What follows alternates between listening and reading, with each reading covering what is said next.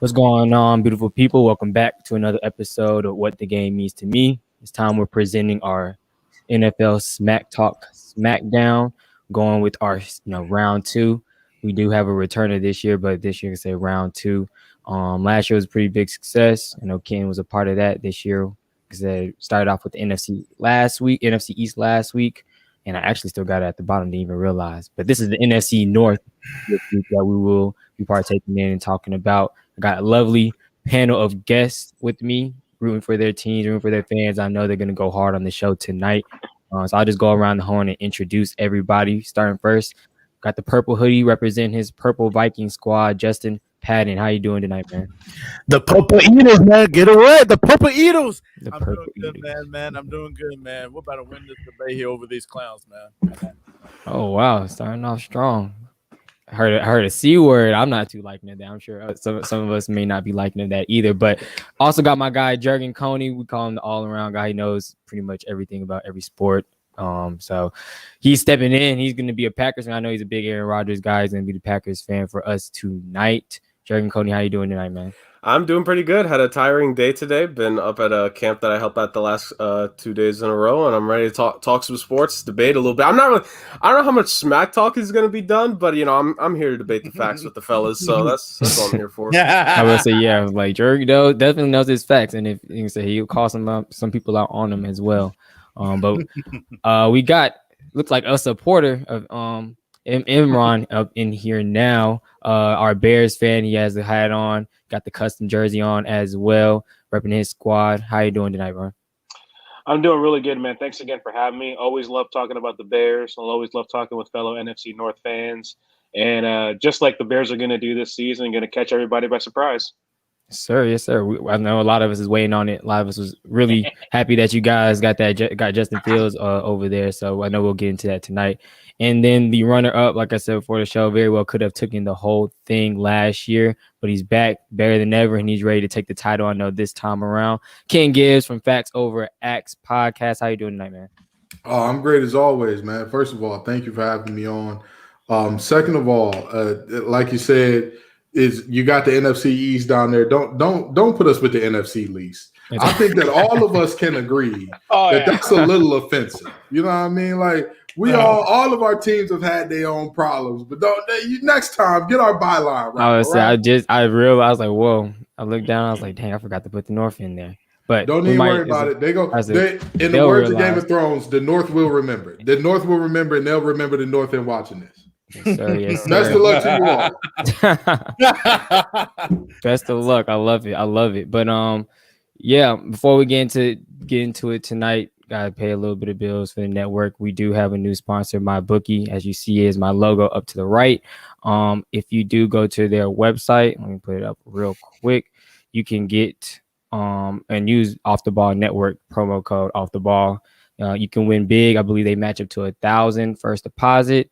And if you, like I said, use Off the Ball Code Network, you can get that matched and can win big with us. So definitely looking forward to tonight's show. Like I said, NFC North here, and I know they're ready to get into it. The first question I have, and kind of start off with the last show, we don't have too many quarterback questions in this group, but we do have a few. Of course, with the only, I guess, one we don't have that much questions about, but even some people may still have questions about it because we don't know why he's the quarterback there still, Kirk Cousins. But we got Aaron Rodgers. Hey, no disrespect. Kirk Cousins. We're still Kirk Cousins to you. Stop it. Kirk Cousins, Aaron Rodgers. We got the new incomer with Jared Goff and the other new incomer, Justin Fields. We're still up in the air with who's going to be taking those first snaps the first game with between him and Andy Dalton. But like I said, it's a few quarterback questions in this conference. So I will start with Kenton because, like I said, we have a vet, but an incomer. Kind of a lot of people are saying he's the segue quarterback until they get another one in there, maybe next year, or the year before, or year after. But Kenton, Jared Goff, what are we expecting from him? What should we expect? What do you feel like he'll do for your Detroit Lions this upcoming year? Well, the floor is stopgap quarterback. I think that we can all agree that the floor is he is the quarterback of the new regime, and he'll be here for maybe a year or two if we just see somebody that jumps off the board, because Brad Holmes And I'm wearing a Red Wings jersey right now because I need y'all to know that this ain't just for the Lions. All of Detroit sports is coming back all in one. We trust the Yizer plan with the Red Wings. We trust in Holmes to get us home for the Lions. And the Tigers, one of the hottest teams in baseball right now. But back to golf. What we expect out of golf, floor is he will be a stopgap quarterback for a year or two. Ceiling is he pops out with something that nobody saw coming and he becomes the face of the franchise for a little bit, which is possible. It's possible. He has the weapons to make that type of thing happen. And at the end of the day, not only does he have the weapons, you win in the trenches. And the highest rated offensive line out of the NFC North is none other than the Detroit Lions. So a quarterback with a clean pocket is the best version of that quarterback you're going to get. What better could we give him than what we've given him right now? Not much better. So all in all, I'm saying that he is stopgap at worst, new face of the franchise at best. I love it. I think that's a very big possibility. Like I said, he did do good things in Los Angeles. Did obviously bring him to a Super Bowl appearance. So he's not. I don't think he's as trash of a quarterback a lot of people make him out to be. I think Steven would probably disagree with me, but I know others feel like he has some capability in him, and maybe like you said, possibly the new face of the franchise. JP, what do you think about that? Man, Jared Goff, man, yeah, he played with like a good offense with the Rams and all that. So it's gonna be a lot different with the Detroit Lions and everything. So Jared Goff is an all right quarterback and everything. He had that thumb injury last year, but he'll do pretty well. I'll say, my quarterback, Kirk Cousins, one of the best quarterbacks in the final 10 games. Yes, he had a slow start and everything. Let me read you the numbers here. 2,790 yards, 113.6 passer rating, 24 touchdowns, 3 interceptions, 69% completion in the final 10 games, despite the slow start. And that's just because the offensive line, it was not healthy and it was not really good. But if you give him the clean pocket like you do with Jared Goff and all that, Kirk Cousins is an accurate quarterback and be able to throw the football. If you don't give him time and everything breaks down, yes, he gets sacked and all that. But if you give him time, he'll make plays and all that. So Kirk Cousins, people been sleeping on Kirk Cousins. Everybody's like, oh, he's not worth $84 million. Oh, he's not going to be the quarterback that people think that he is and all that. He's a really good quarterback. You just have to give him time. So that's my Kirk Cousins argument. Imran, what do you think about Jared Goff in the division this year? I think Jared Goff, he was really aided by Sean McVay. Sean McVay might be the best offensive mind in the NFL. And I think him, along with Cooper Kupp, Robert Woods, when they had Brandon Cooks, they surrounded him with a lot of weapons, and he was able to play a system very, very well. And I think coming to Detroit, you mentioned he's going to have a very solid offensive line, absolutely. I like DeAndre Swift. I like TJ Hawkinson. Outside of that, I'm kind of concerned about what's going on. You lost Marvin Jones. You lost Kenny Galladay. As much as I like DeAndre Swift, 10 touchdowns last year with basically a three-headed committee, right? Hawkinson had a really strong year. I don't think that's enough to kind of elevate Goff because I think he's a quarterback that needs to get elevated. I don't think he can elevate those around him. So I think Goff, realistically, I think he's a 1 to 2 year stopgap because I think Detroit will have most likely you're going to have 2 picks next year, right? In the first round, they're going to get back-to-back double picks in the first round due to the Stafford trade. One of them may be high, and I think they're going to be targeting that quarterback, and I think they kind of started preparing for that this year with Penei Sewell. That you have a franchise left tackle for the next 10 to 15 years. You're good over there. Now, whoever that quarterback is, you can surround him, but I don't think Goff's going to be there for more than the next 2 years. And I think he's I think he's going to be below average this year. Yeah.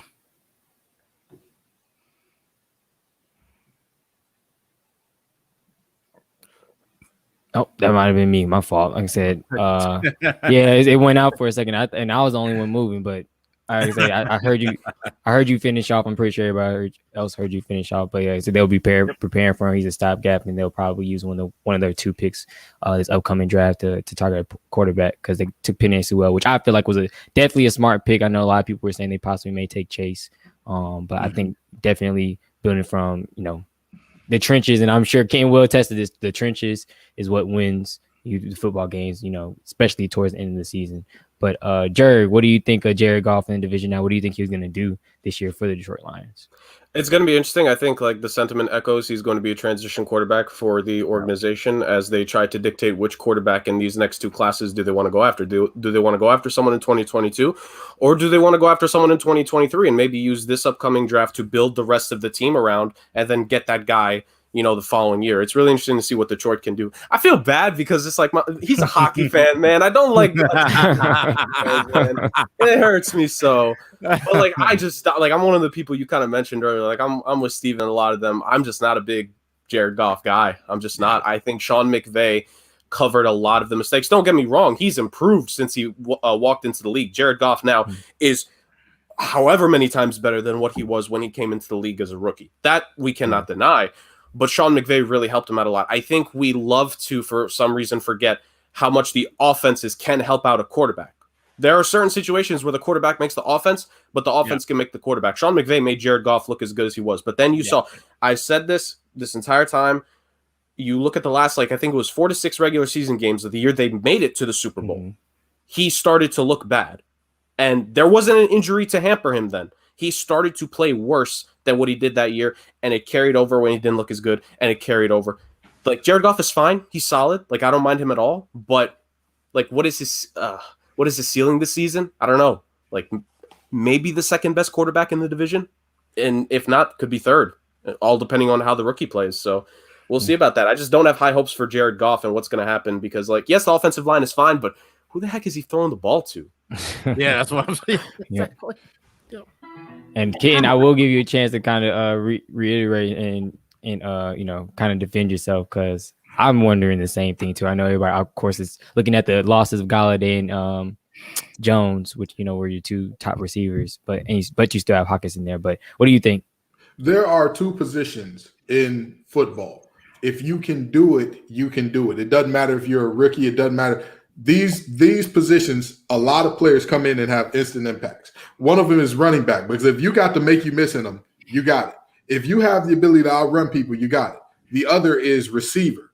While a NFL playbook is a little different for receivers, if you have the ability to make the plays, it doesn't matter who you are or where you are. If you have the ability, you can do it. One of the things that I am so excited about this Lions team about is because we are one of the younger teams as far as our core goes in all of the NFL, but especially the NFC North. And when you look at our receiving core, yes, there are lots of questions. Tyrell Williams is not a bona fide number one. Sure. No ifs, ands, or buts about that. Everybody and their mama who's seen anything from Amon-Ra St. Brown is saying he's the one. There's something, they found something there that for whatever reason, many of a scout missed it. Not only that, when you have a running back like DeAndre Swift, who is a true 3-down back, you get extra value in the passing game out of him. You don't need the same amount of receptions out wide if you have a tight end like Hawk and a running back that he's good for as many catches as we need. We can split him out and get him one-on-one with some linebackers and safeties, and we'll make it happen. Again, the argument for the Lions is not that we're going to overpower anybody with a massive amount of talent. I'd be lying to you if I said that, especially out wide.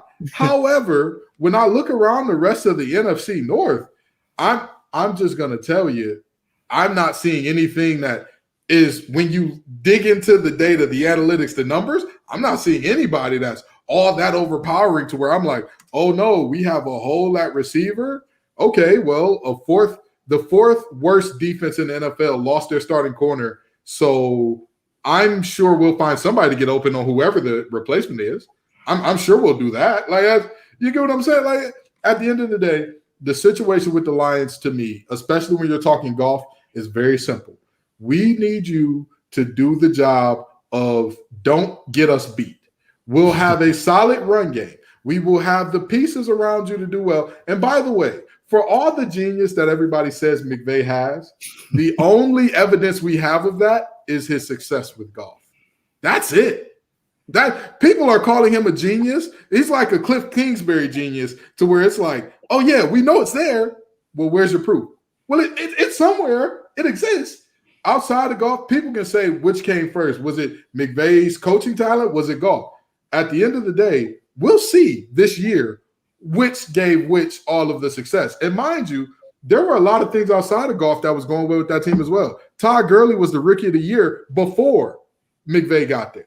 He was one of the best backs in the league before McVay. So I'm just saying, for all the credit that everybody loves to give McVay for being a genius, which is a term I think we overuse a little bit, he has not had any head coaching experience or any coordinating experience, if I'm correct, outside of Goff. Well, we've seen Jared Goff with Jeff Fisher. We've seen Goff with another quarterback. Right? You mean Goff with another coach, right? You mean the king of 8-8, Jeff Fisher, the most mediocre head coach of all time, who had, by the way, one of the greatest FCS quarterbacks of all time is Steve Air McNair, and only got them to one Super Bowl? Jeff Fisher is not the barometer for anybody to say, this coach, you can't win with him, you can't win, period. Huh? Jeff Fisher's not that guy, pal. He's not that guy. No, neither is Jared Goff. Exactly. I think he falls somewhere in the middle, right? You have McVay, who's one extreme, right? Who we've seen at Goff at his peak, right? I think he was throwing for 4,500 yards every year until last year where he got hurt, right, with McVay. But we've also seen him with Fisher, where everybody was like, "What did everybody see in this guy to get drafted 2 overall?" So we've seen both sides of it. So, well, no, he was Goff first. He was first. Yeah. He was first. So I think he's also going to have to prove a little bit too. Which quarterback is he? Also, like on the point of Todd Gurley real quick, like, yeah, he won Offensive Rookie of the Year, but then in year 2, before McVay got there, he ran for less than 1,000 yards, caught less than 350 yards receiving. Like, people were questioning if Todd Gurley was going to be worth a second contract in his second year. McVay gets there, he wins Offensive Player of the Year, 1,300 rushing yards, 13 touchdowns, and then almost 800 receiving yards. So Sean McVay made a difference for Todd Gurley. Yes. Again, there is a thing called addition by subtraction. And Jeff Fisher, toward the end of his career, was as bad as you will see of a head coach. And the Lions did a similar thing with addition by subtraction by getting rid of one of the worst coaches in NFL history in Matt Patricia. There is a huge bump just by getting that cancer that drove every single decent thing that we had up out of the system. He was that. He got rid of Slay. He got rid of Stafford. If you could even imagine a player who was happy with the Lions. Like you said, we lost Jones. We lost Galladay. But the only thing I'll say in defense is I'm fine with losing Galladay because he's hurt again already. So I'm all right with not paying him. But the fact of the matter is, he is. The fact of the matter is, nobody can say that they did addition by subtraction in the same way. People talk about Dan Campbell and biting kneecaps. Well, what's the alternative? What's the alternative being who? I'll take Dan Campbell over Patricia any day and twice on Sunday. Yeah, y'all gonna be last in that division. I'm just gonna say it. So okay, all right. Y'all gonna be last in the division. I got a lot of facts on the Vikings, so I'm gonna wait for your turn. I'm gonna go ahead and I'll rescind my time. If I was the Vikings, I'd be quiet. I would be real quiet if I was the Vikings, but. Alas, we're not even worried about Detroit this year. I'm kind of ready to hear these facts. Double wins. I'm kind of ready to hear these facts. Oh, go. Like I said, his podcast is called Facts Over Acts. I'm ready for him, so I'm gonna go to Justin. I was ready to go to Jared because we know he's probably the best quarterback right now in the division, but one that we're not too sure if is going to be there after this year, or we are sure he's not going to be there after. I was like, he's done. Yeah, we know he's not going to be there after this year. That's my fault. I want to go to JP. I want to go to JP and ask about Kirk Cousins as I guess what most people thought or would claim to be the second best quarterback in the division, or at least thought that when he first arrived. What should we expect from him? Like you said, last 10 games you kind of rallied off his stats. Did start or ended a lot better than he started. He does have 2 pretty decent receivers in Justin Jefferson and Adam Thielen. What should we expect? Is he the best or the second best, or do we expect a playoff appearance? Or what should we expect from Kirk Cousins this upcoming year from your Minnesota Vikings? Well, I mean, when you're a Viking, you know that Kirk Cousins is going to be the best in that division and all that. And like I said, the last 10 games, even though he had a slow start, that's always been Kirk Cousins' problem, is that he always has a slow start. If he plays from beginning to end, he'll be one of the best quarterbacks in the NFL. Like I said, 2,790 yards, 24 touchdowns, 3 interceptions, 69% completion, 113.6 passer rate in the final 10 games and everything.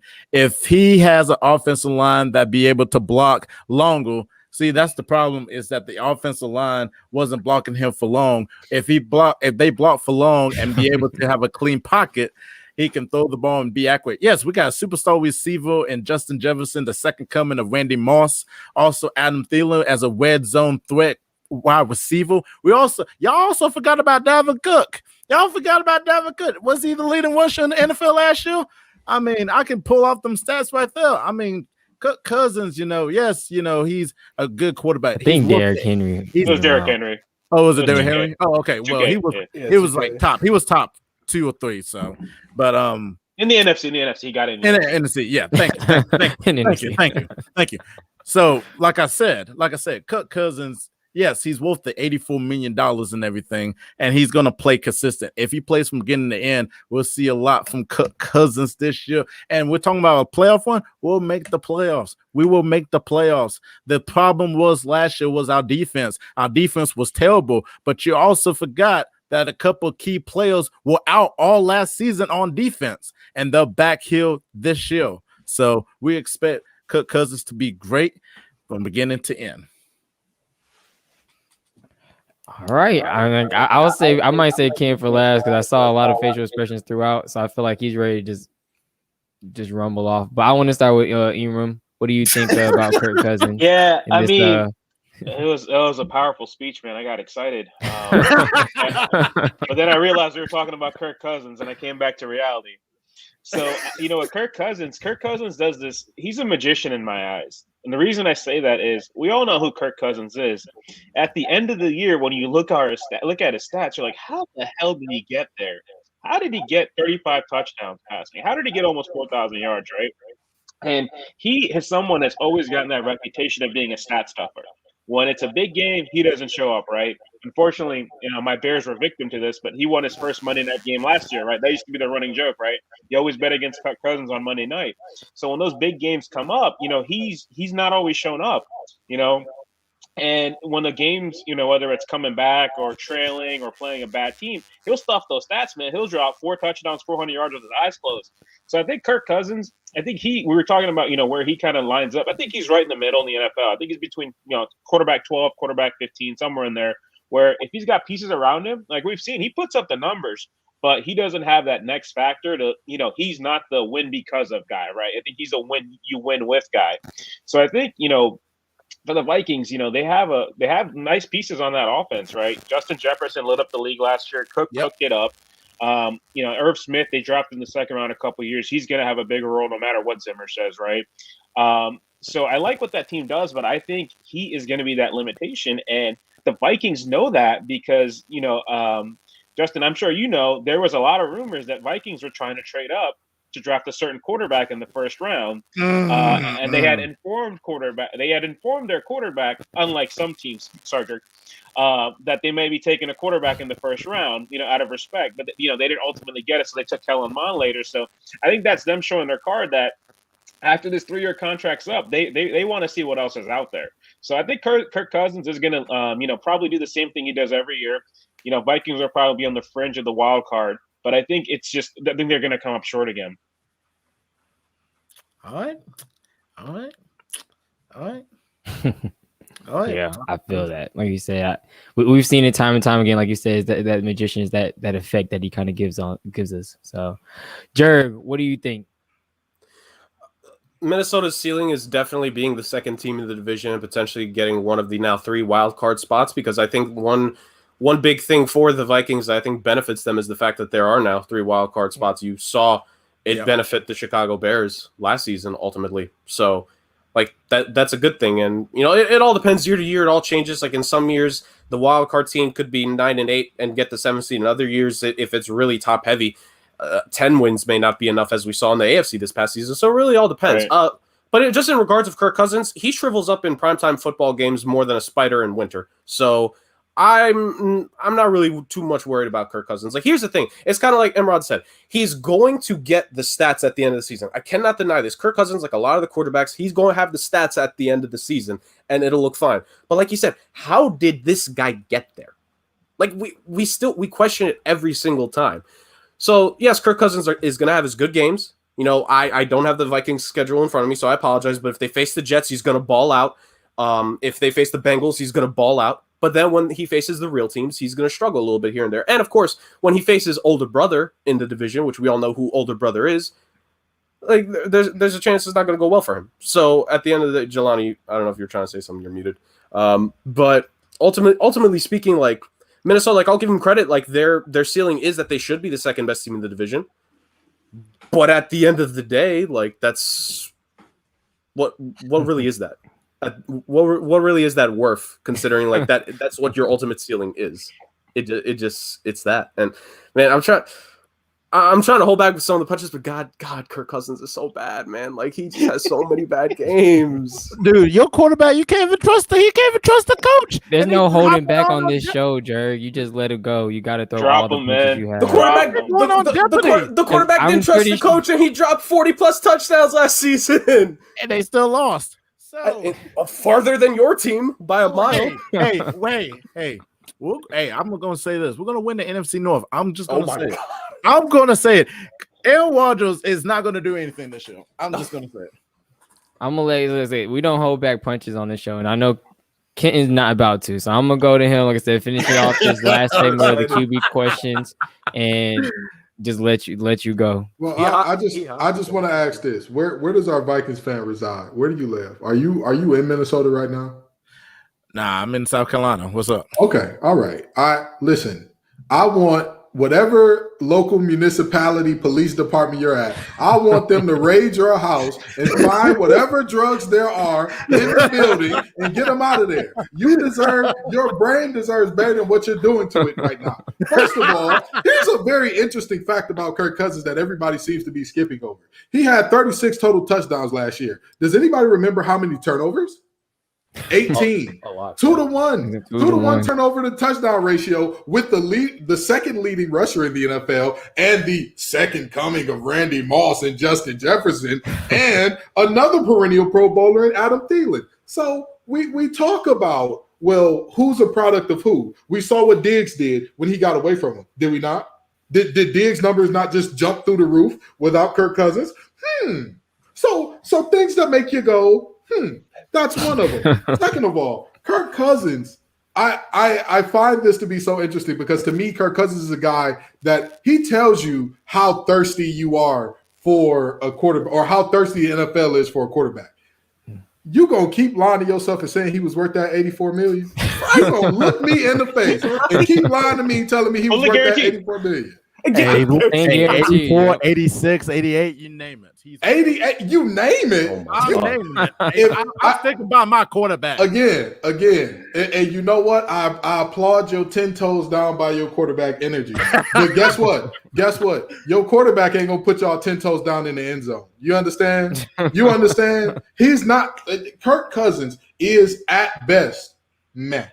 That's what he is at best. People talk about him shrinking up in primetime games. Look at his records against defenses that are in the top half of the league. He is well under 50%. If you have him going up against a better defense, you can book it. He's probably going to lose with some of the best weapons in the NFL. And then you want to talk about an offensive line? The fourth worst in the league, rated by Pro Football Focus as the 28th with the second best rusher in the league. So what does that mean?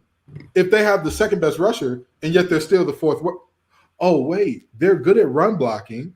But when it comes to protecting that the blonde-haired thief that is Kirk Cousins, guess what? They let that boy get his head tore off. And you know what? He deserves it for stealing from the city of Minnesota in the way that he is. He stole from them. That contract, Floyd Mayweather said that he was the best at legalized bank robbing.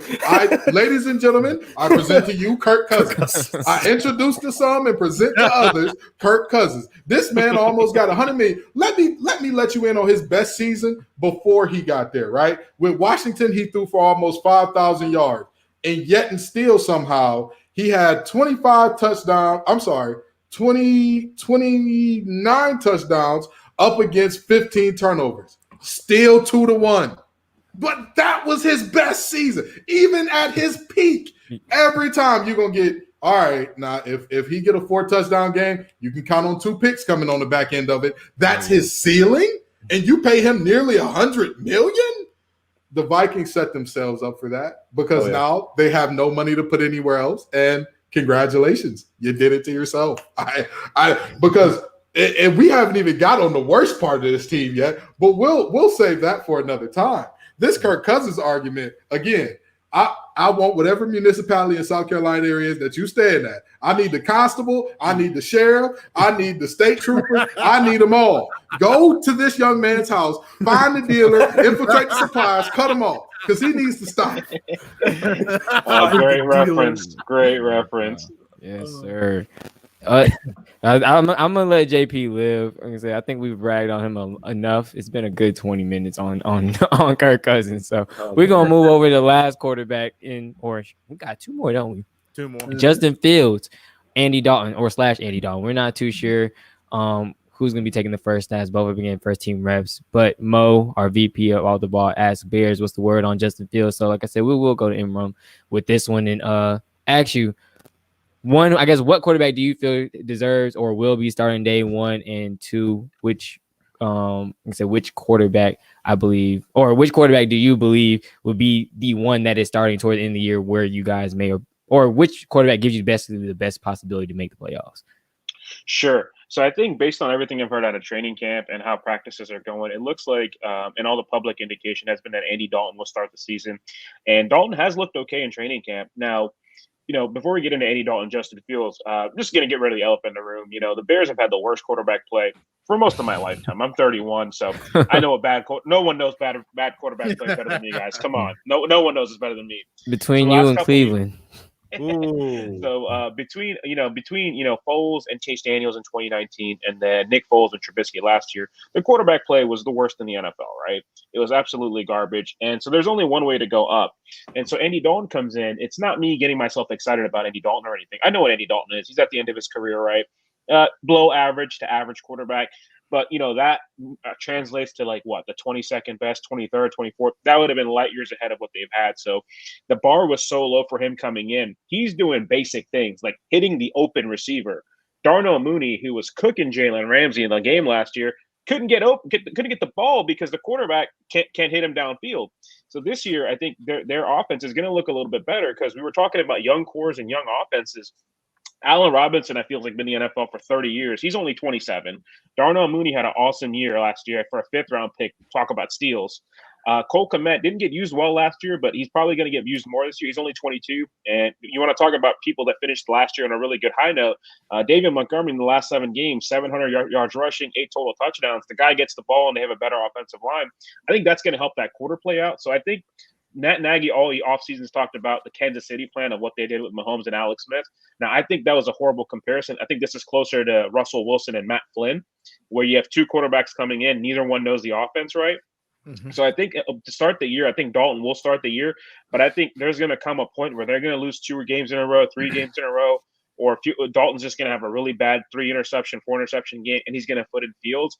And I think the team is going to take off then because I still don't understand how the Bears drafted Fields. Like, how the hell the Jets took Zach Wilson, who looks like he's 12, a D3 quarterback that hasn't played in 2 years, right? D2 quarterback. Mm-hmm. And this guy who's a unicorn, a football unicorn. He's 250. He ran a 4.4. He's got a laser rocket arm, smart as hell. He did so much to bring football back to the Big Ten last year. He's kicked Trevor Lawrence's ass whenever they've played, right? Mm-hmm. And, he still had nothing but his character, killed for no reason at all, right?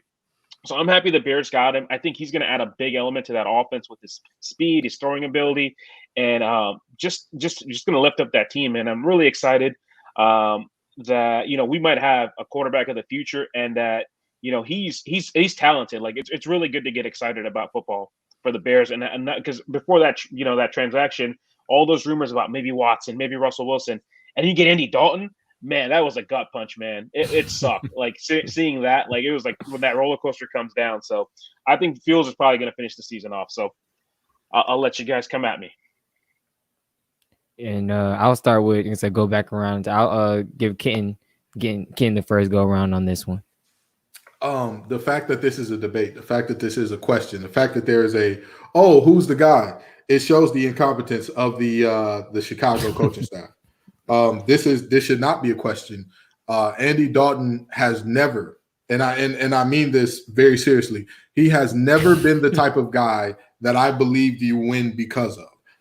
Justin Fields, however, I believe that in no time flat, he'll be that guy. Now, let me tell you the biggest problem with not starting Justin Fields right away. You know he's your quarterback of the future, right? So your idea is what? We sit him for a year or two while he gets better like Mahomes did for the Chiefs, right? Here's the problem with that. When you look at the ages of some of those defenders, Akeem Hicks, 31, Khalil Mack, 30, Danny Trevathan, 31, Robert Quinn, 31, Tashawn Gibson, 31. All of those guys are starters. You're talking about by the time he'll be ready, you'll have a bunch of 32, 33, 34-year-olds, the only one of which that I think will still be effective at that age, Khalil Mack. He's a generational talent. Until he decides to hang up those cleats, he'll be terrorizing quarterbacks. No doubt there.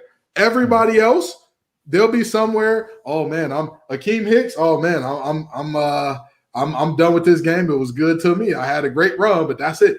Stop playing around. Stop playing around, okay? The Redhead Rocket does not need to be your starter for any period of time. You give Andy Dalton the best clipboard you can find, and you tell him, get Justin prepared.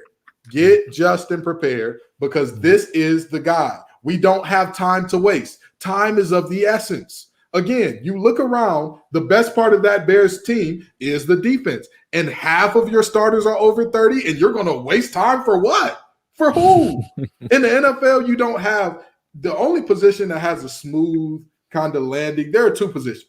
You got quarterback, you got offensive line. Those are the two positions that, like, as they get worse, it's like a gradual defense because of the nature of what you're asked to do, because of the constantly reactive nature. When you get bad, it's like, you're immediately no longer good. Prime example, Darrelle Revis, one of the all-time greats at corner. When he was bad, it was down in a hurry. Why would you play around with Khalil Mack like that? Why?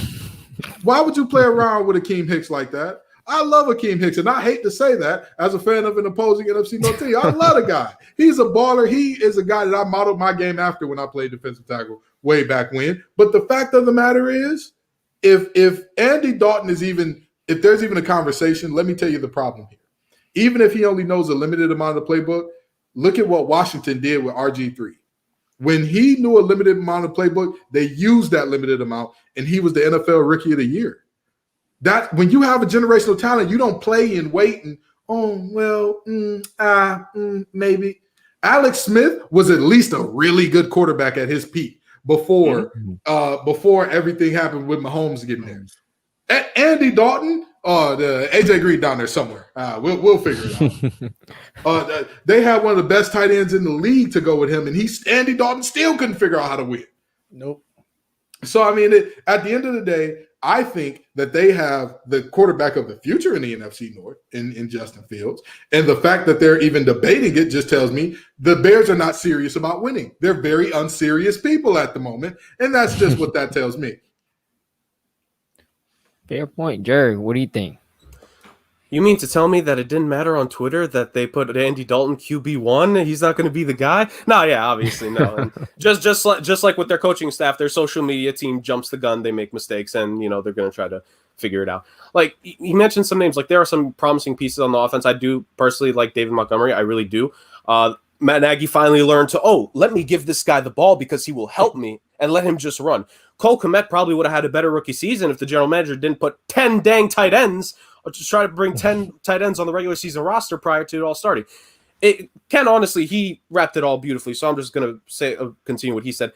The incompetence of that organization just continues to just be in true colors day in and day out. And the Matt Nagy, like him trying to compare it to Patrick Mahomes, is just yet another example of how this franchise wishes in some way, shape, or form that they had Patrick Mahomes and not made that mistake with Mitch Trubisky. And now here's their chance to make up for the sins of the past, which you rarely get to do this quickly, and get yourself Justin Fields starting right away. Ken said it best. You're not wasting your time. while we're predominantly talking about this season in terms of how our teams are going to do for the future, until Detroit gets whoever their eventual starting quarterback is, and then we can make the comparisons, Justin Fields is going to be the guy to run this division 5 years from now, 10 years from now, 10 years from now. Why are you wasting his time? What is he going to learn from Andy Dalton? The one play Andy Dalton had is AJ Green will bail me out of this. Like, I just don't understand why this team is bothering. If the only way that the Chicago Bears do any better in the future, they got to fire Pace, they got to fire Nagy. That's not a question. Now, don't disrespect Tyler Eifert. That was the other play. Tyler Eifert is somewhere in the end zone. He's somewhere in there. You know, those two. That was the two go-tos. You're right, but the thing is, my only concern with that is that he always gets hurt. Like he eventually always got hurt. That's why, you can't always go to play number 2 if the guy's not there. And so that's why he always got to go to play number 1, or hand it off to Giovanni Bernard, who felt like he was playing on the Bengals since like the first Bush administration because he was there for long. I've been up there for a minute, but yeah, JP. I guess we'll wrap it up with you, and then we'll move on to Aaron Rodgers very, very quickly. Yeah, I'll do it quickly because both of them said it really good. I questioned the Andy Dalton one. I don't know what Justin Fields is going to learn from Andy Dalton, if he needs to change his hair color to orange. I don't know. He ain't going to teach him how to play the quarterback position over here. But Justin Fields is definitely going to be the future of the NFC North. That was a really good pick. And like you said, you know, making that mistake of not getting Mahomes and getting Mr. Trubisky. What the hell? But you know, and like Ken said, you know, the older, you know, defensive line and the linebackers and everything, they're older now, and you basically tell them that we're not going to be winning if you're not serious about winning. You're basically saying, well, we're probably going to rebuild and all that. So definitely a good pick with Justin Fields. I see Justin Fields kind of starting probably in between games. Andy Dalton might get hurt. I mean, he's injury prone, so we just have to see this season. Yes, sir. And then lastly, we'll move on to I don't know if it is the elephant in the room, but the guy that has brought a lot of attention to himself this offseason, Aaron Rodgers, basically saying it's going to be his last hurrah. Jared, I'll give you the floor first. Like I said, we'll go around the horn and make this one really quick, so we'll move on to record predictions and bold predictions. But Aaron Rodgers, what do we expect from him out of the last season? Does he bring one more title to Green Bay before he calls it either a career or calls it a career somewhere else? I'm going to hope for it. Like you said, you kind of said at the beginning, I'm more of an Aaron Rodgers fan than a Packers fan, honestly. Like, that's my NFL fandom is just attaching myself to players on all teams. I love players on all 4 of these teams we're talking about tonight. So let me get that out the way. But yeah, Aaron Rodgers is just one of those generational special talents of all time. And the fact that the Green Bay Packers have only won 1 championship under him, I feel that everyone in that front office should be tried and arrested. I feel like they should be put against the Supreme Court, and that they should be judged harshly. But sadly, that's not going to happen. So in my world, like, Rodgers is going to put up his usual 4,000 plus yards. He's going to put up, I'd say, maybe 35 touchdowns at least. You know, depending on all things depending. He's got the best wide receiver in the division, Devontae Adams. It's not a question. He's got the second best running back in the division. David Montgomery might be great this year, but for now, second best running back in the division, Aaron Jones. The current best left tackle in the division, Penei Sewell in the future, but for now, it's David Bakhtiari. And that defense has one of the, number 2, number 3 corner in the game in Jair Alexander. When you have a cornerback like that can shut down half the field, you just got to worry about the other half. The safety tandem in Amos, thank you, Chicago, and Darnell Savage. There we go. And then, you know, the linebacking core and defensive line crew, they'll have their off nights. But then again, Aaron Rodgers has carried that organization for as long as he has. Like, they can afford an off night here and there. The problem is they just so happen to have it in the playoffs every single season. But that's a story for another time. Like, Aaron Rodgers is going to try to go on one last, like, blaze of glory, and he's going to try to say F you to the organization on the way out and winning a Super Bowl. And that would be very nice. I think if we're talking about storybook endings, we would all love to see that ending. That's what it's going to be the case. Like, I don't need to say much else aside from he was last season's MVP. And in regards to that, 3 seasons in NFL history, a quarterback threw for 40-plus passing touchdowns and 7 or less interceptions. And those 3 seasons were 2011 Aaron Rodgers, 2016 Aaron Rodgers, 2020 Aaron Rodgers. Like, this is one of the best of all time. He's going to continue to prove why he's the best quarterback in this division. Top 2, top 3 in the NFL. Some people had the audacity to knock him below that. How dare they last season? He's one of the best. Ain't got to say much else. Like, the Packers have been big brother in this division for a long time. A long, long time. And that's not changing this season. I love it. I'm going to give everybody 1 minute to respond. Imran, we'll start with you first. Aaron Rodgers, does he ride off on into the sunset one last time, bring home a championship to Green Bay before he heads out? What do you think? Yeah, so I think he's gonna. I think this is the Packers' year. They have been, like Drake said, the Berg brothers in the division, but I think that ends after this year. I don't believe in Jordan Love. It's over, and I think they made a huge mistake by not just trading Rodgers at the draft and getting a haul. They could have started that rebuild early, but I think he's gonna have a great year. He's a really vengeful person, so I think he's gonna have a great year. I think unfortunately, I think it's gonna be the same ending. I think he's gonna lose to Tom Brady in the NFC Championship. I think they're gonna meet. I think that's where the NFC Championship is gonna head. I think it's gonna be those two teams. And I think this is the end, and it could be the end for folks like Devontae Adams as well, because their cap situation next year is scary bad. It is very, very bad. Ken, what do you think? Well, the Packers, I'll leave it at this very simple notion. When your star doesn't want to be there, you're in a bad position. Yeah. I don't care how much you think he's going to win out of spite. It's not how this thing works. The fact of the matter is Aaron Rodgers is undoubtedly one of the greatest. And to me personally, I think that him and Marino are probably 1 and 2 as far as the just natural talent, God-given. They can wake up out of bed and do this thing with Pat Mahomes being in there in that conversation as well. But the problems that the Packers had last year, they didn't really address. How do you have a corner who's a veteran who gets beat on a go route with 30 seconds left in the half? No, it was less than that. It was 15? Yeah, it might under 15, seconds? I think. Under 15 seconds left in the half, and you get beat on a vert in deep third coverage, and you don't by go Scotty out Miller. By Scotty Miller. And you don't go out and get a replacement. Scotty too hotty. Listen, all I'm saying is your stars don't want to be there, because first Rodgers didn't want to be there, and then Devontae Adams didn't want to be there.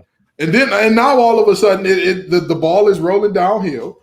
And so when I look at this situation, they better hope Rodgers does pull it off this year. They better hope that the defense doesn't have that off night this year, because I'll tell you what, regardless of the cap situation, who is the future of that offense?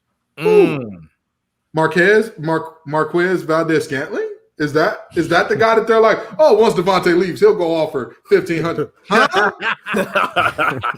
What? The fact of the matter is very simple here for me. Anytime your stars are unhappy, it sows discord in the team. Okay? Peyton Manning did not trust the Broncos coaching staff. He was subbing players in and out, calling his own plays, became an MVP, and took them to 2 Super Bowls, won 1, right? Mm-hmm. Did anybody know about any of that until after he retired? Anytime you hear about discord amongst your stars, the team is doomed. That is why the Packers are doomed. The discord starts with, it's just a star. He doesn't want to be. And then he finally reports, and then everybody's like, okay, I guess he's here, but this is it. So we got to be a little tight. And if you think long, you think wrong in football. And players are going to be playing too tight, because everybody knows this is Aaron Rodgers' last ride. And they're going to try to give him his farewell tour or whatever. And it's not going to go well for the Packers, because for whatever reason, the Packers can never let go of their great quarterbacks in amicable fashion. It just never works out for them. So with that being said, the Packers will be the best team in the division this year. Yeah. But they will not get a championship this year. And title time ain't seen another title for quite some time. JP, finish it off. What do you think? I couldn't say that any better. Like you said, the quarterback situation, when your star's not happy with the team and basically the organization telling you to shut up and play instead of helping you make decisions and all that, that's just going to rub Aaron Rodgers the wrong way and everything. He's still going to have a really great year. Devontae Adams, they're probably going to make a lot of changes, basically. And basically, you don't know who's going to be the quarterback, in the future. Jordan Love, really, Aaron Jones, got a lot of potential. The defense, they're not great defensively. If they might be inconsistent, they might be off one night, they may be on one night. Who knows? Who really knows? But when you saw that championship game, when that coach ran that play and Aaron Rodgers was pissed off, it started that domino effect. It just crinkling down. And now you're hearing Aaron Rodgers trying to blast the organization. He's going to play hard, but he's blasting the organization, and he's going to have a vengeful season. Aaron Rodgers is one of the greatest quarterbacks of all time. We all said that. So they're going to have a good year. They're probably going to be the best team. I don't want them to be the best team. I want the Vikings to be the best team in the division. Just saying. And but we expect Aaron Rodgers to be great as always, though. And then he's going to host Jeopardy the next 10 years. So. Yeah. I feel that.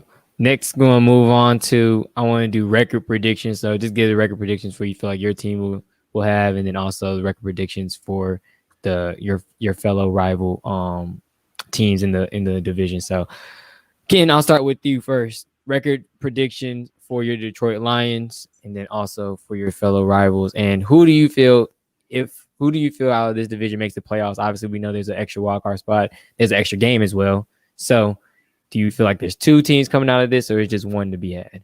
So I'll tell you this.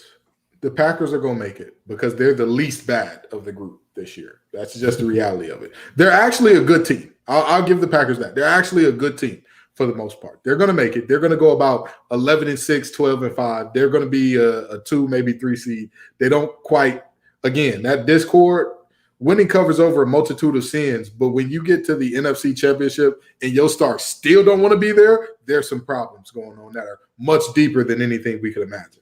But now, the Packers are going to get the first playoff spot.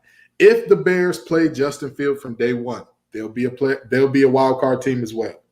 The Vikings, I'm sorry, but the Vikings are going to be atrocious. I talked about the Bears and their oldness, right? Harrison Smith is 32. He's 32 as a defensive back in the National Football League. And don't get me wrong, he is a heck of a player. His instinctiveness, his intuitiveness on that back end, it puts him in a position to where he's always going to be near where he has to be. The mind is willing. The body is unable. That's what's going to happen there. That defense is getting very, very old. Pat Peterson, who y'all got to replace the corner, who just 31. What are y'all doing?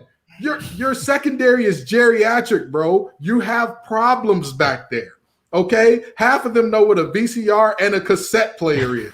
That tells me something about your defensive backfield being a little too old. So I'm going to say that the Packers probably go, like I said, 11-6, 12-5. Bears, they're the ones with the lowest floor and the like a ceiling that really is a wild place if they do this thing right. I think the Bears can go as high as 10-7. I think they can go as high as 10-7, maybe even 11-6. But if they decide to play around, mess around, muck around, your defense gonna know you're not serious. And once they know you're not serious, pack in the mail, that season's gone. So that's them. The Vikings, I don't see them winning more than 7 games. I don't see that happening. I honestly and truly do not see it happening. Nobody has given me reason to believe in the Vikings. Nobody's given me reason to believe that offensive line is drastically improved from last year. Garrison, while he was one of the highest graded offensive tackles in the nation, he wasn't even the most feared lineman in the ACC. That distinction will go to Ike Mekwonu of NC State. So, yeah, you're good, bro, but, in the NFL, you got to have a certain level of nastiness that I'm not sure is there with you. Who knows? So that's what I got for them. For the Lions, this is first year one of the regime. We are purging the sickness that is Pat's Light. We tried our Patty Light operation. We're purging that sickness. I see us winning about 5-12, 6-11 tops.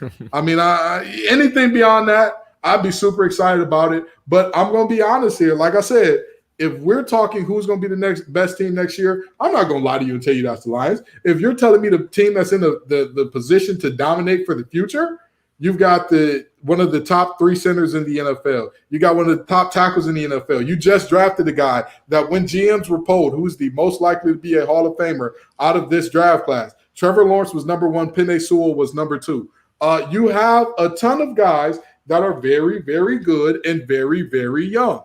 there's a lot going on with the Lions that a lot of people, because we're the Lions, they're not going to realize it, but it's a reason that we call my podcast Facts Over X, because I'm only going to give you the facts, and I'm only going to tell you that the fact of the matter is we have a lot of young pieces that are very good that we're going to build around, that we're going to be okay with, and that's just my case for why going forward in the future, the Lions are in as good of a shape as anybody, because the Bears would probably be second, but once Justin Fields is ready, or once Nagy figures out that he knows the playbook, that defense is going to be old and decrepit. So I'm just saying, the Lions, to me, in the future, will be where we need to be. But right now, we got to get rid of that sick. We getting that cold and flu out our body. We getting that out our body.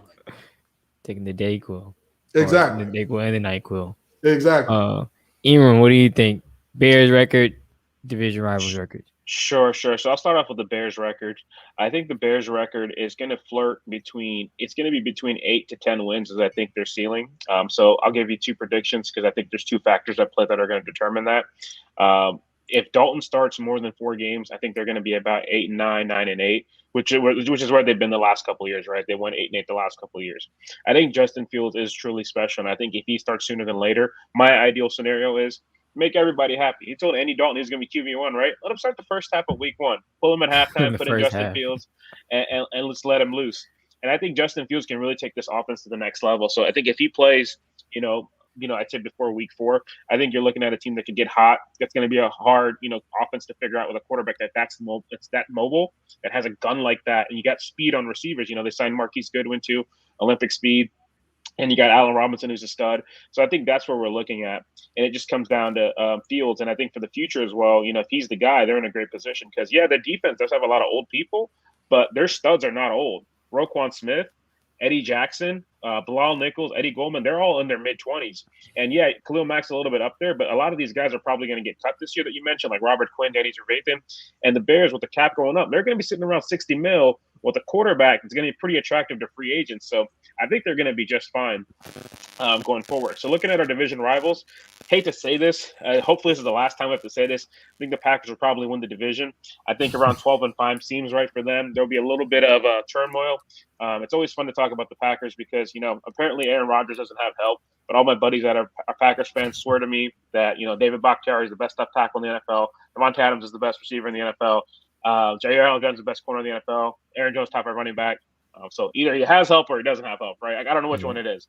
But I think they're going to win the division. They'll be 12-5. And after next year, I think it's going to get challenging, right? Like I mentioned, their cap situation, Adams, Rodgers, the Smith brothers, you're going to have to pay Jair Alexander. Like that's going to be tough.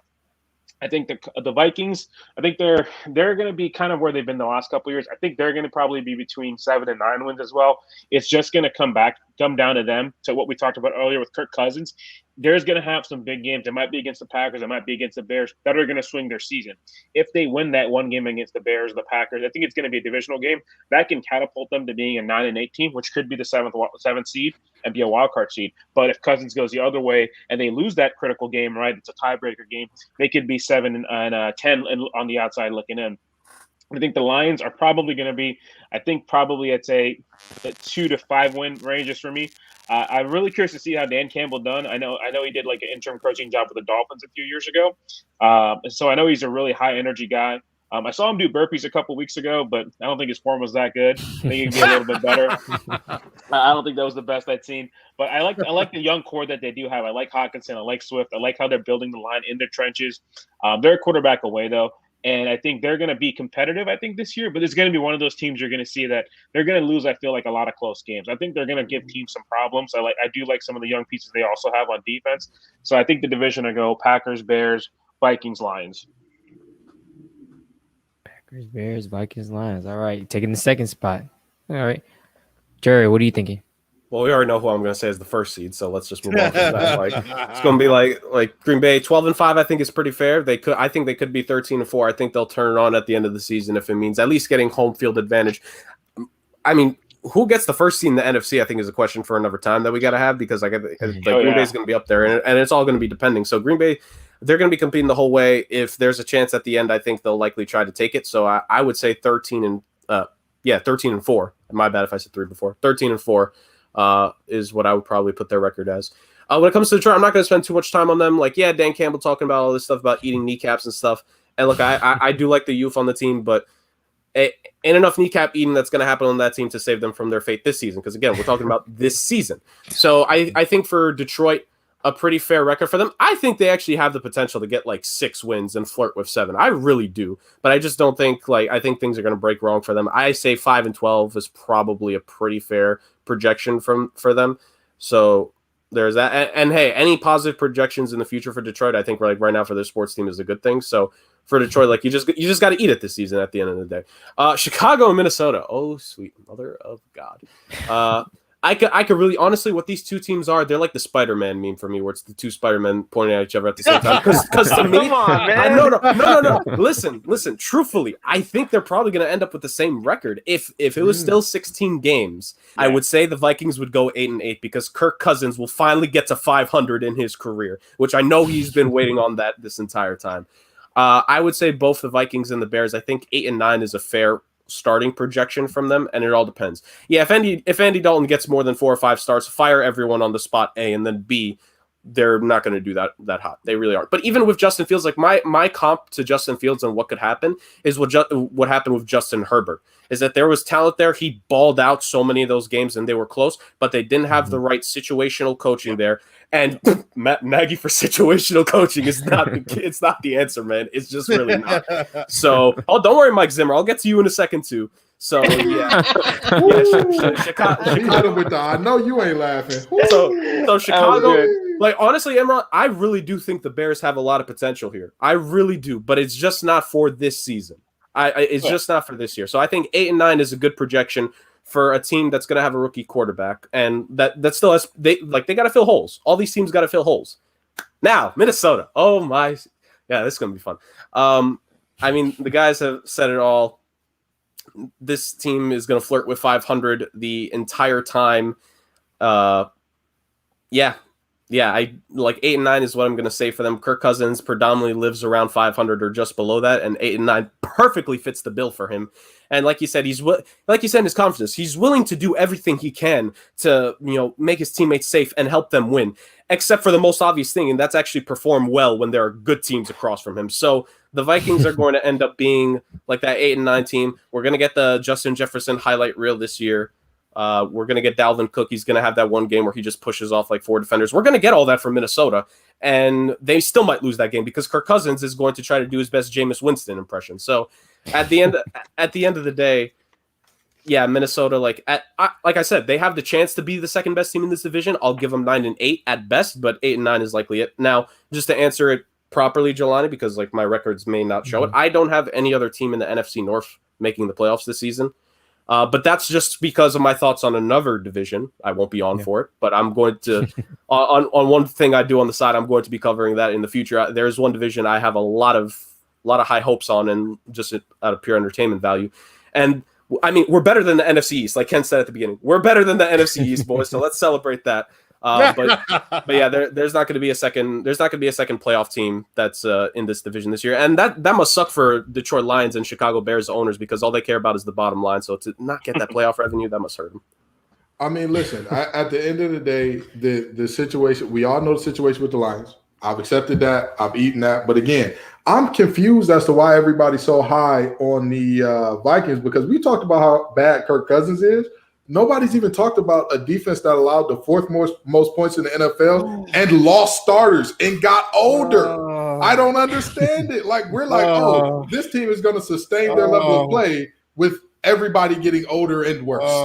To be fair, I said 8-9. I did say 8-9 at best. So. That's okay, I understand. I said 7.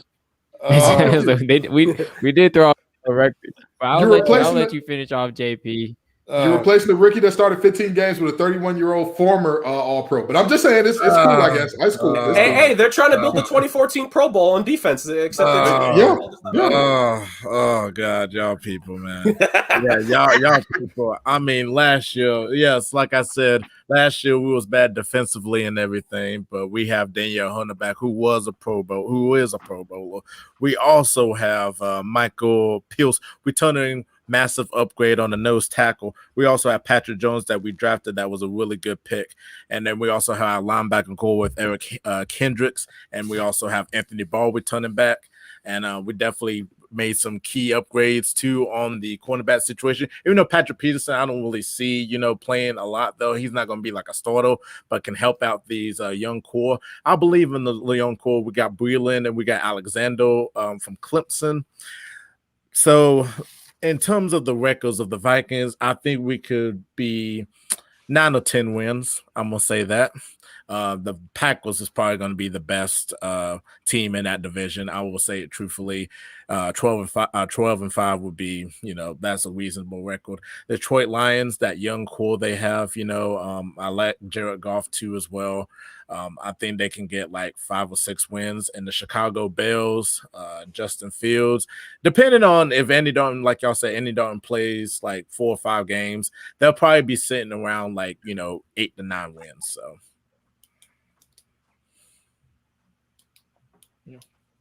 Definitely fair. This the last thing we're going to do to finish off this episode, we did a few times last year and this past week with the NFC East, and there's been a lot of bold predictions last year, and I will bring it up to the day I die.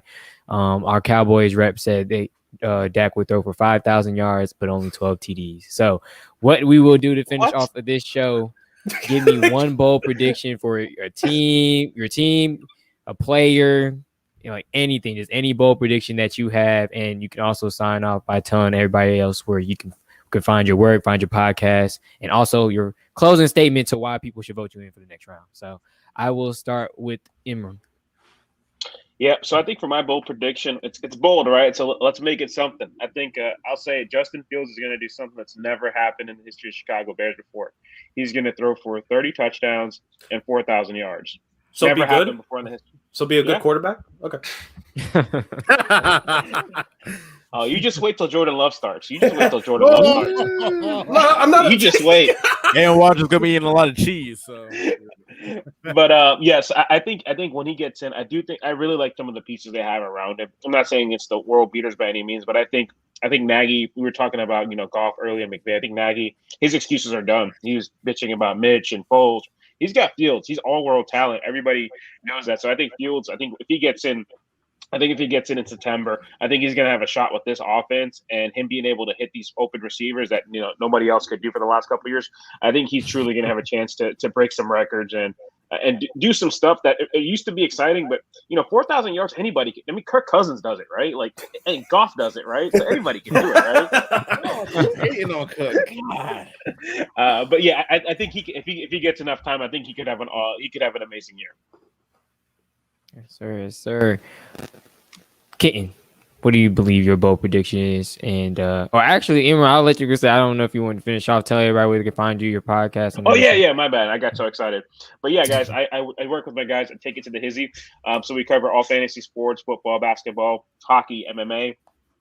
So feel free to follow us, check us out. Appreciate it. Yes, sir. And Kitten, bold prediction, closing statements, why they should vote you into the next round, and where they can find your podcast at Facts of Rack. All right. Well, my bold prediction for this season for the Lions, Amon-Ra St. Brown, he goes over 1,000 yards receiving. I know that it's unheard of for a 4th-round pick to do such a thing. He has NFL pedigree in his bloodline. The man has done nothing but put on a show at camp. Everybody who has seen him run a single route says he's the guy. That's the one. So with that being said, that's my bold prediction there. Now, when you talk about why you should vote me on to the next round, I think that this answer is layered, but it's pretty simple. First of all, the Lions, I don't think any of these teams have what it takes to win a championship right now. I don't think a single one of us does. I don't. That's just the reality of what the case may be. For example, if you look at the Bears, even if they start Justin Fields and Justin Fields has a Rookie of the Year season, the last 5 quarterbacks to win Rookie of the Year, their average QBR was 65.78. The average postseason QBRs of the last 5 championship winning quarterback or Super Bowl winning quarterbacks was 78.64. Now, that 12 number doesn't sound like that big of a chasm, right? That 12 number is the difference between, I want to say it was Aaron Rodgers last year and Baker Mayfield last year. That's how big of a jump 12 points in QBR is. Going on from there, you look at the Vikings. Like I've already told you all, we continue to harp on Kirk Cousins as if Kirk Cousins wasn't one of the better parts of their team. He actually was. That defense was abysmal. They couldn't stop a runny nose with 3 shots of the vaccine, 2 boosters, Robitussin, tissue, and the United States Army. They still couldn't stop that runny nose. So I'm confused as to how people talk. The Lions had one of the worst defenses in the league. You know what? The worst defense in the league last year. You know what they went out and did? The number 1 rated run defender in all of the country. Not for running back. I mean, not for linebackers, not for defensive line, not for safety. The number 1 graded player against the run in all of the country, Aleem McNeil. They got him in the 3rd round. I'm just saying, everybody that talks about him says that he's been a baller so far throughout camp. So this team is building the pieces. They are building and building and building to the blocks of a champion. The 10th best offensive line in the league, and that is before you factor in Penei Sewell as a dominant force. I'm not saying he'll be that rookie year, but if he is, that is predicted to elevate them over team. So that's a thing there. As I've already said about the Packers, your star don't want to be there. We can all pretend like, oh, it doesn't matter. Everybody's just going to show up and figure it out. That can happen in basketball. In basketball, you can win when you don't like each other. Football is a different thing. It's a whole nother animal. Y'all got to be here if you want a championship, or else don't worry about it. Y'all going to see y'all way on out the door. And that pretty much covers why y'all need to see me in the next round, okay? I have told y'all the truth about the Lions. Last year, I was a Matt Patricia propagandist, and I apologize for that. I apologize for that. I have owned that. I have owned it. We've already talked about it. But I'm just saying, the fact of the matter is, I am the guy that y'all need to vote in the next round, because y'all need to see me take down everybody else's arguments with some amazing numbers. You need to see it. You need to see it. The handsome face is just a plus. But anyway, the first few arguments, that's what you need. JP, finish us off. Bold prediction and where we can find your work. Yes. I got 2 bold predictions. I think the Vikings defense is going to be top 10 in the league next year in terms of defense. Yes, like I said, we had the worst defense last year because a lot of people were hurt, but I think we'll be top 10. And I think Dalvin Cook will win Offensive Player of the Year. I believe in Dalvin Cook. You know, last year he had 1,917 yards, 17 touchdowns in 14 games. So, and you know, Justin Jefferson's probably going to have a bigger year than he did last year, breaking Randy Moss's record of receiving yards. So I expect those are my predictions so far. You know, like I said, Packers is going to be the best team. The reason I want to be in the next round, I'll just give y'all the straight facts, you know, and I'll give y'all the rundown of how I feel, you know, personally. You know, I'm not coming from I'm coming not just from a statistic or the eye test perspective. I'm coming from the heart too as well, what I think about the teams and everything. I feel like, I can just go ahead and just debate with the best of them. And you can also find me on YouTube. It's just JP doing basketball content and everything. Also find me on Off the Ball Network on YouTube doing different things, doing a lot of recaps and everything. And I'm hopping on different podcasts to give analysis. So, I'm pretty much everywhere. So. Yes, sir. And Jared, we'll finish off with you. Bold prediction, where we can find you, why they should vote you into the next round. So my bold prediction will be above the fact that I hope my defense is decent. My quarterback, I finally have a good quarterback on my team. So my bold prediction will be the fact that Devontae Adams will break the single-season receiving touchdown record. We're supposed to be bold, so let me be bold. He led the NFL in receiving touchdowns last season while missing 2 games. Him and Aaron Rodgers' connection has been there. It's always been there. And for this potentially being the last season ever, it will be there this season. When you talk about, being fueled by pettiness and how that'll break apart a team, that's if they're going against each other. These guys aren't going against each other. But with Bakhtiari, with Adams, how they spoke about it, clearly this team is behind their franchise quarterback. And that's all that matters. They're behind their leader, the true leader of this organization. So they're going to be just fine on that end. Where they go in the playoffs, I will admit that remains to be seen. I'm not going to disagree with that. Technically speaking, no, but this is the thing. Technically speaking, it remains to be seen on all these teams and how far they're going to go into the playoffs come then. Buffalo Bills nearly lost in the wild card game last season. They made it to the AFC Championship. So who knows what can happen with all of them. Yeah. So yeah, like I want to just be bold with it. Devontae Adams, like why not? The record's 23. He had 18 last year in 14 games. Like it's not out the extra realm. game this year.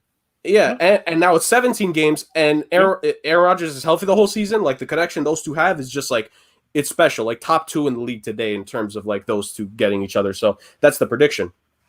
Why should we move on to the next round? Like I'm gonna just keep it simple. None of these other teams are going to go far this season. So if you actually want to hear like championship caliber teams go up against each other, I'll gladly do it. Conference championship. Yeah. That's still a chip. That's we still a have chip. the most in the division, 20-17. Yeah. So we'll finish. Yeah, even at worst, if they finish Final Four in the league, like it's better than potentially going for a Final Four top draft pick. So I will gladly take that. And that's another thing. Like I just love I love doing this. I don't get to do this enough in the group chat. I love throwing barbs and messing with other people's teams, bro. I just love doing that. I really do. Not so much as a troll. I'm not trolling y'all. I do this out of love for all you guys because you guys like even meeting Emron and Ken. They're honestly they're amazing. I can't wait to like listen to their stuff. So like that's for certain. But yeah, like if you want to hear championship caliber teams go at it, then like yeah, and potentially it depends on who wins in the NFC East. But if Bars wins, then you want the 2 guys that bunts and bruises to go from best friends to bitter enemies. Yeah, and for one show, come on now, the people would love to see that. By the way, follow at Bunts and Bruises on Twitter and myself. There's the plug list, and at JerkK40 for myself on Instagram and Twitter. But yeah, that's all I could say. And of course, follow Off the Ball Network, best 4-letter network out there. Definitely. Of course. That does it for the show, man. I really wish we had another hour because I said this was going to be the best one. I knew this was going to be the best one. It's been the best one so far. Yeah, we could honestly, keep going. from last year and this year. We really could keep going, to be honest. We might have to have a part 2. I just know everybody. I know a lot of people got, I'd be with it. It's a Tuesday night. I barely touched on page 2 of my notes so far. Man, I was about to say, Kitten comes with the homework assignments. Yes. Like he probably had 3 to 4 pages for each of your teams, and He did. And like I said, he was gonna go at it, but like I said, we might have to do a part 2. Like I said, this is probably my favorite one so far out of all the episodes I've had last year and this year. Knew you guys were gonna come with the heat. We'll wrap it up tonight though. Maybe make a part 2, later on when everybody else got time. But finish off the show, I will plug my bookie one more time. Like I said, they match up to 50% off your first deposit and up to $1,000. That's the largest bonus in the industry. So, and they also have the highest credit card acceptance rate as well. So definitely go over to mybookie.com, use the promo code Off the Ball Network, and let's all win big. Like I said, we always plug in Kenneth. He's had like 7-8 straight winning weeks on golf. So a lot of us we're interested in stuff. There's a few big names that's won a few tournaments, but he definitely knows how to plug you in with all the golf. So if you want to win, definitely check out Kenneth, read his article, go to mybookie.com, and then whoever he says to plug them in and get your money. Before we get out of here, I just want to tell you something. Yeah.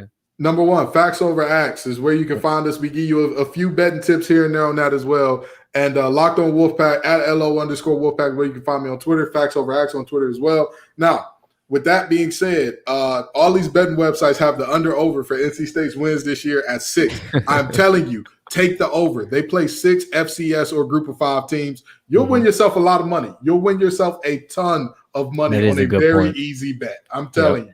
Anywho, that's just my take on that. I couldn't let the betting go by without telling people. Got a rep for the alma mater. I always struggle saying that, the alma mater as well. But definitely do that. They say that seems like an easy win in a lot of people's book. But if they win one conference game and they win all of their out of conference games, you already got your money. Yeah. You've already got your money off one conference game. Yep. I'm just saying. Yep. And that does it for tonight's episode. Again, the poll should be up in a day or 2. I definitely would tweet it out. Everybody tag everybody as well. But vote for who you feel like won the NFC SmackTalk. So this was a good one. It was a fun one. and really can't wait to do it again. I think this year. I think I'm gonna add in the wrinkle of we're gonna do postseasons, so we'll bring everybody back after the season's over just to see if these bold predictions was right, these records were right, these takes during the episode was right. We're just gonna see who knew their stuff and who didn't. But that does it for us tonight. Here at What the Game Means to Me. You already know where to find us. And definitely follow everybody at Off the Ball Network and all these amazing gentlemen's podcast shows, their YouTubes and everything as well. But again, appreciate everybody for joining in. Appreciate you for commenting and appreciate you guys for watching. We'll see you guys next time. Have a good one.